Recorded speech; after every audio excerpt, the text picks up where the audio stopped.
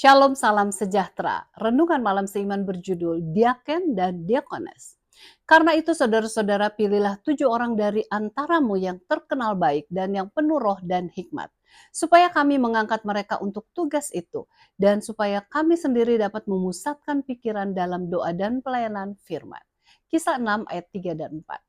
Kata diaken berasal dari bahasa Yunani diakonos yang berarti pelayanan atau penolong. Jabatan diaken telah dilembagakan untuk menyanggupkan rasul-rasul memasrahkan segenap hidupnya dalam doa dan pelayanan firman. Kisah 6 ayat 4.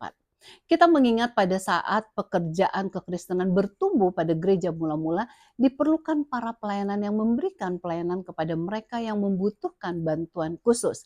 Makanya dipilihlah 7 orang diaken.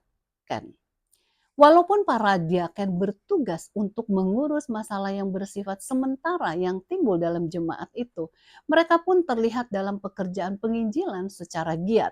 Kita bisa baca dalam Kisah 6 ayat 8, kemudian Kisah 8 ayat 5 sampai 13 dan Kisah 26 sampai 40.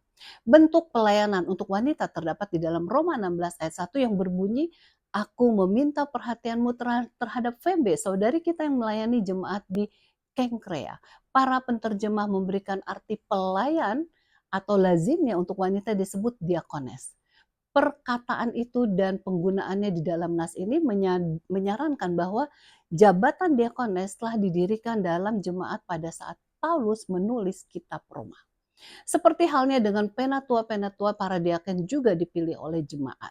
Dalam pemilihan tersebut, jemaat memperhatikan dengan hati-hati pada persyaratan moral dan kerohanian mereka. Misalnya dalam 1 Timotius 3 ayat 8 sampai 13 disebutkan, demikian juga diaken-diaken haruslah orang terhormat, jangan bercabang lidah, jangan penggemar anggur, jangan serakah, melainkan orang yang memelihara rahasia iman dalam hati nurani yang suci.